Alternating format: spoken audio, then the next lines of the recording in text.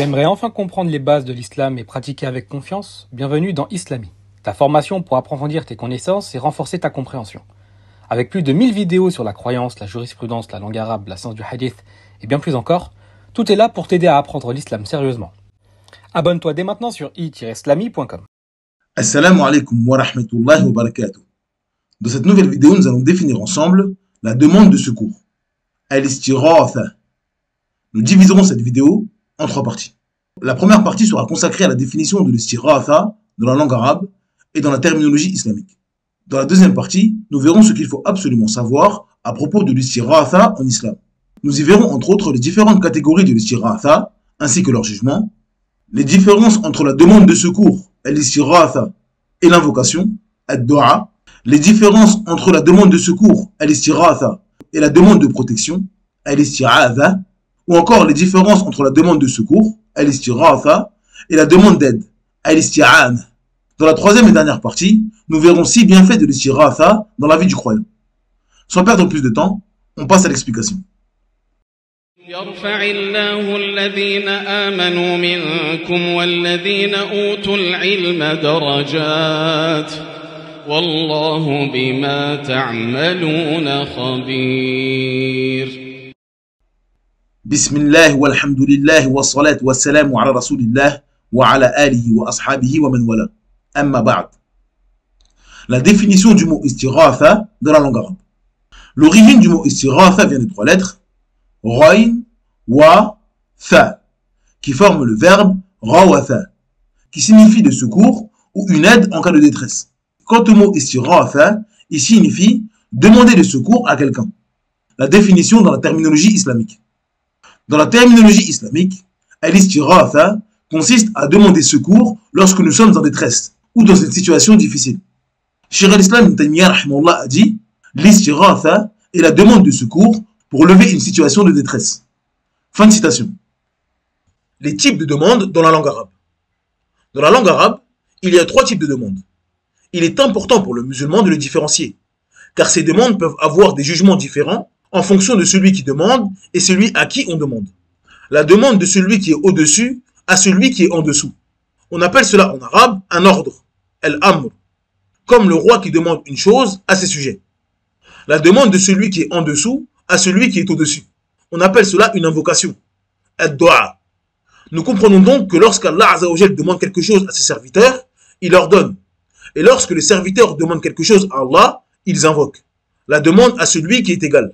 On appelle cela dans la langue arabe al-iltimas, comme celui qui demande quelque chose à son ami. Ce qu'il faut absolument savoir à propos de l'istighatha. Les catégories de l'istighatha et leur jugement. Comme nous l'avons dit précédemment, l'istighatha vise à demander la levée ou l'éloignement d'une chose nuisible pour une personne en détresse, particulièrement en cas de situation difficile. Les savants la divisent en 3 grandes catégories. La demande de secours légiférée. Ce qui est voulu par l'istighatha légiférée est l'istighatha qui est une adoration. Comme toute adoration, elle doit être vouée à Allah Azza wa Jal seul, sans associé. La demande de secours à Allah. C'est la forme la plus noble et la plus importante d'istighatha. Elle est ordonnée par Allah et les croyants qui la pratiquent sont loués. Allah Azza wa Jal dit إذ تستغيثون ربكم فاستجاب لكم أني ممدكم بألف من الملائكة مردفين. Dans la sourate 8 au verset 9, d'après la traduction approximative, Allah Azza wa Jal dit et rappelez-vous le moment où vous imploriez le secours de votre Seigneur et qu'il vous exauça aussitôt. Je vais vous aider d'un millier d'anges, déferlant les uns à la suite des autres. L'imam al-Tabari rahimahullah a dit à propos de ce verset, concernant la parole, et rappelez-vous le moment où vous implorez le secours de votre Seigneur, c'est-à-dire, vous cherchiez refuge auprès de lui contre votre ennemi et vous l'invoquiez pour obtenir la victoire sur eux. Et la parole, il vous exauça aussitôt signifie, il a répondu à votre invocation en disant, je vais vous aider d'un millier d'anges, déferlant les uns à la suite des autres. C'est-à-dire qu'un groupe d'anges suit un autre, se relayant pour vous soutenir. Fin de citation. Ainsi, Allah est l'unique secoureur absolu, celui qui répond aux supplications des nécessiteux, qui soulage les détresses et dont l'aide est sans égale. Toute autre aide provenant de ces créatures est en réalité une aide qu'il a rendue possible et pour laquelle il est loué. La demande de secours par les attributs d'Allah. Cela consiste à invoquer les attributs d'Allah Azza wa Jal, comme sa miséricorde, pour demander secours, comme la parole du prophète sallallahu alayhi wa sallam, Ya hayyu ya qayyum, bi rahmatika astaghithu. Anas ibn Malik radiyallahu anhu a dit, lorsque le prophète sallallahu alayhi wa sallam était confronté à une difficulté, il disait, ô le vivant, ô l'immuable, c'est par ta miséricorde que je demande secours. Cheikh al-Islam ibn Taymiyyah rahimahullah explique, demander secours par sa miséricorde est en réalité une demande de secours auprès de lui-même, car ses attributs lui appartiennent. De même, chercher refuge par ses attributs revient à chercher refuge en lui, et prêter serment par ses attributs revient à prêter serment par lui. Fin de citation. En résumé, la demande de secours légiférée est celle qui est dirigée vers Allah, ou basée sur ses attributs, car cela reflète la reconnaissance de la suprématie absolue et sa capacité à soulager toute détresse. La demande de secours interdite. Ce type de demande de secours est celui que la législation islamique a interdit et déclaré illicite. Il se divise en plusieurs catégories, dont les plus importantes sont les suivantes. La demande de secours aux pieux décédés. Cela inclut les prophètes ou ceux que l'on considère comme des saints ou des pieux. Cela consiste à les invoquer dans le but d'obtenir un bien de leur part ou qu'ils nous éloignent d'un mal. Cette pratique constitue du shirk majeur qui fait sortir de l'islam. Qu'Allah nous en préserve. C'est le type d'association pratiquée par les polythéistes de l'époque pré-islamique. Allah a dénoncé leur croyance en affirmant que ces personnes décédées ne peuvent ni entendre les invocations, ni apporter un quelconque bénéfice ou mal. Allah Azza wa Jalla dit قال هل يسمعونكم إذ تدعون أو ينفعونكم أو يضرون. Dans la sourate 26, du verset 72 à 73, d'après la traduction approximative, Allah Azza wa Jalla dit, vous entendent-elles lorsque vous les appelez, ou vous profitent-elles, ou vous nuisent-elles? Ibn al-Qayyim rahimahullah a dit à ce sujet, parmi les types d'associations, shirk, il y a le fait de demander des besoins aux morts, de chercher secours auprès d'eux, ou de se tourner vers eux. C'est la base même de l'association dans le monde. En effet, le mort a vu ses actions cesser, et il n'a aucun pouvoir sur son propre bien ou mal, encore moins sur celui de celui qui lui demande secours ou fait des requêtes. Fin de citation. En résumé, cette forme d'istighatha consiste à demander le secours à un mort à cause de son statut, c'est-à-dire à cause du haut rang qu'il avait dans ce bas monde auprès d'Allah. Il était soit un prophète, un pieux, un martyr ou autre. Celui qui fait cela sera tombé dans le shirk majeur. Celui qui fait cela a forcément une croyance en lui, et c'est cette croyance qui le fait tomber dans l'association majeure. Il s'humilie dans sa demande aux morts, comme on s'humilie pour Allah. Dans cette situation, sa demande sera donc une invocation. Il aura donc voué une adoration, l'invocation, à une créature, ce qui est de l'association dans l'adoration. La demande de secours aux vivants dans ce qui est au-delà de leur capacité. Cela inclut le fait d'invoquer une personne vivante, qu'elle soit présente ou absente, pour des choses qui ne peuvent être réalisées que par Allah Azza wa Jal.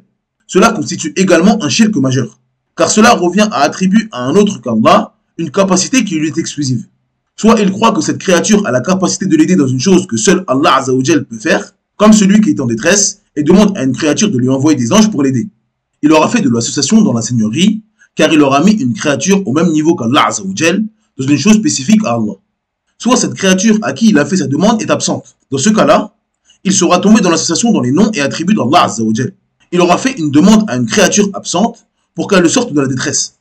Il est donc obligatoire qu'il croie que cette créature l'entende. Il aura donc mis cette créature au même niveau qu'Allah Azza wa Jal dans une chose qui est spécifique à Allah. Allah est As-Sami', celui qui entend toutes les demandes de ses créatures parfaitement. Il est seul à posséder cet attribut parfait. Celui qui croit qu'une créature possède cet attribut avec Allah sera tombé dans l'association. La demande de secours permise. Ce type de demande de secours est permis sous certaines conditions. 4 critères doivent être remplis pour qu'elle soit considérée comme une demande de secours licite. La demande doit concerner quelque chose que la créature peut accomplir. Elle ne doit pas concerner ce qui relève exclusivement des attributs d'Allah, comme apporter un bien ou repousser un mal en dehors des moyens naturels. La personne sollicitée doit être vivante. Il est interdit de demander secours aux morts, même s'il s'agit de prophètes ou de pieux. La personne sollicitée doit être présente et capable de répondre à la demande. On ne peut demander secours à une personne absente ou incapable d'apporter l'aide demandée. Croire que celui qui nous vient en aide n'est qu'une cause. Celui qui vient en aide de manière absolue est Allah Azza wa Jal. Cependant, Allah peut nous venir en aide par l'intermédiaire de ses créatures. Il est donc permis de demander le secours à des créatures dans des choses qu'elles ont la capacité de faire. Mais le croyant doit toujours croire que cette créature n'est qu'une cause et qu'elle nous aide uniquement par la permission d'Allah Azza wa Jal. Les compagnons du prophète Mohammed sallallahu alayhi wa sallam demandaient parfois secours au prophète de son vivant. pour des choses qu'il pouvait accomplir. Et il répondait à leurs demandes. Pour ceux qui dépassaient ses capacités, il lui demandait de prier pour eux et invoquer Allah en leur faveur. Cheikh al-Islam Ibn Taymiyyah a dit: les gens ont toujours demandé secours au prophète sallallahu alayhi wa sallam de son vivant, comme ils le feront le jour du jugement. La demande de secours à lui de son vivant, dans ce qu'il pouvait accomplir, n'a jamais été contestée par personne. Fin de citation. Les différences entre l'istighatha, demande de secours, et la dua, l'invocation. L'invocation et la demande de secours sont différentes dans leur généralité et leur spécificité. L'invocation est une demande plus large que la demande de secours. Celui qui invoque demande à Allah ce dont il a besoin de manière générale, tandis que celui qui fait al-istighatha demande quelque chose de spécifique à Allah. Il demande d'être secouru d'une situation difficile qu'il est en train de vivre. L'invocation est spécifique à Allah, tandis que la demande de secours peut être pour Allah dans certains cas et pour les créatures dans d'autres. Comme nous l'avons dit précédemment, l'invocation est la demande de celui qui est inférieur à celui qui est supérieur. L'invocation comporte obligatoirement de l'humilité et de la servitude dans le cœur. Cela est une adoration et doit être obligatoirement vouée à Allah Azza wa Jal seul, tandis que la demande de secours peut être une invocation si elle est vouée à Allah Azza wa Jal, mais également un iltimès si elle est faite à une créature. Les différences entre l'istighatha, demande de secours, et l'isti'adha, demande de protection. L'istighatha est spécifiquement liée à une demande d'aide dans une situation de détresse ou de difficulté. Donc, pour accomplir cette adoration, il faut obligatoirement que le serviteur soit dans une situation difficile ou de détresse. L'isti'adha, en revanche, consiste à rechercher la protection contre un mal ou un danger. Il se peut que ce mal soit présent ou non. Les différences entre l'istighatha, demande de secours, et l'isti'ana, la demande d'aide. L'istighatha signifie demander le secours auprès de quelqu'un lorsque l'on est en détresse. Par exemple, si quelqu'un se trouve dans une épreuve difficile, il demande à Allah de le secourir. L'isti'ana, quant à elle, consiste à demander l'aide d'Allah Azza wa Jal et à s'en remettre totalement à lui pour accomplir quelque chose. C'est une confiance complète en Allah, comme dans le concept du tawakkul, qui signifie avoir foi en Allah pour nous soutenir. L'istighatha est utilisé lorsque l'on fait face à une situation précise et quand on se trouve dans une situation particulière. C'est donc une demande ponctuelle. En revanche, l'isti'ana est une demande d'aide qui est constante, car chaque jour et dans tout ce que l'on fait, on a besoin du soutien et de l'aide d'Allah Azza wa Jal. Dans la demande d'aide, l'isti'ana, le croyant sait qu'il ne pourra pas atteindre le paradis tout seul. Il a besoin qu'Allah Azza wa Jal l'aide à accomplir les bonnes actions et à rester sur la bonne voie. Mais dans cette quête vers le paradis, il sera forcément éprouvé pour que l'on teste sa sincérité et sa patience. Lorsqu'il se trouvera dans cette situation, il implorera le secours de son Seigneur avec l'istighatha. Ainsi, les deux formes de demande ont des objectifs différents. L'isti'ana pour obtenir de l'aide dans tout ce que l'on fait, et l'istighatha pour se sortir d'une difficulté qui nous touche. Six bienfaits de l'istighatha dans la vie du croyant. Orienter toute son attention vers Allah. Elle pousse à s'en remettre totalement à Allah, le maître absolu de l'univers, avec la certitude que les créatures ne font que suivre sa volonté et ses décrets. Un acte de tawhid. Demander secours à Allah dans des choses que lui seul peut accomplir est un signe de foi en son unicité. Également, se tourner vers Allah directement, même dans des choses que les créatures peuvent faire, augmente le tawhid dans le cœur du serviteur. Renforcer la détermination. L'istighatha renforce la conviction de la personne en détresse, car elle sait que celui à qui elle s'adresse est capable de la secourir. Il sait également qu'aucune créature ne peut l'aider dans cette situation. Sa motivation et son endurance dans ses invocations sont donc encore plus fortes qu'à l'accoutumée. Une cause de victoire. Elle peut être une des raisons du succès, comme cela s'est produit pour les musulmans lors de la bataille de Badr. En effet, celui qui est dos au mur et dans une détresse immense sera évidemment beaucoup plus sincère dans ses demandes, ce qui est une grande cause dans l'exaucement des invocations. Renforcer le moral. L'istighatha redonne espoir et confiance à celui qui la pratique, en lui apprenant que l'aide et la délivrance sont proches. Une source de bien. L'istighatha attire les bénédictions, et par elle, le bien se répand sur les individus et les sociétés. Celui qui sait que seul Allah peut le secourir dans cette situation, fera tout pour se rapprocher de lui. Il fera également en sorte que ses invocations soient exaucées. Et la plus grande cause de l'exaucement des invocations est l'application des bonnes actions et l'éloignement des péchés. Il ne fait donc aucun doute que cela est bénéfique pour la société. Les gens bénéficieront de ces bonnes actions comme les aumônes, les bons comportements ou l'appel au tawhid. Et ils seront préservés de son mal, comme le vol, la grossièreté ou l'innovation religieuse. Cette vidéo est maintenant terminée. J'espère que vous l'avez appréciée. Si c'est le cas, n'oubliez pas de vous abonner à la chaîne en cliquant sur le bouton d'abonnement et en activant la cloche de notification. afin de ne rien manquer de nos prochaines vidéos. Vous pouvez télécharger gratuitement le PDF de cette vidéo sur le site i-islami.com. N'hésitez pas à commenter la vidéo en partageant votre avis ou en posant des questions dans la section commentaires. Vos commentaires aident à améliorer le contenu de la chaîne et à mieux répondre à vos attentes. Si vous souhaitez rester connecté avec nous en dehors de YouTube, vous pouvez nous trouver sur Instagram, Twitter, TikTok ou encore Facebook. Nous partageons du contenu exclusif et des mises à jour régulières sur ces plateformes. De plus, si vous êtes intéressé par les podcasts, vous pouvez également nous suivre sur des plateformes telles que Spotify ou Deezer, afin d'écouter nos vidéos hors ligne. En attendant, je vous dis Assalamu alaikum wa rahmatullahi wa barakatuh. Subhanaka Allahumma bihamdik. Ashhadu an la ilaha illa ant. Astaghfiruka wa atubu ilayk.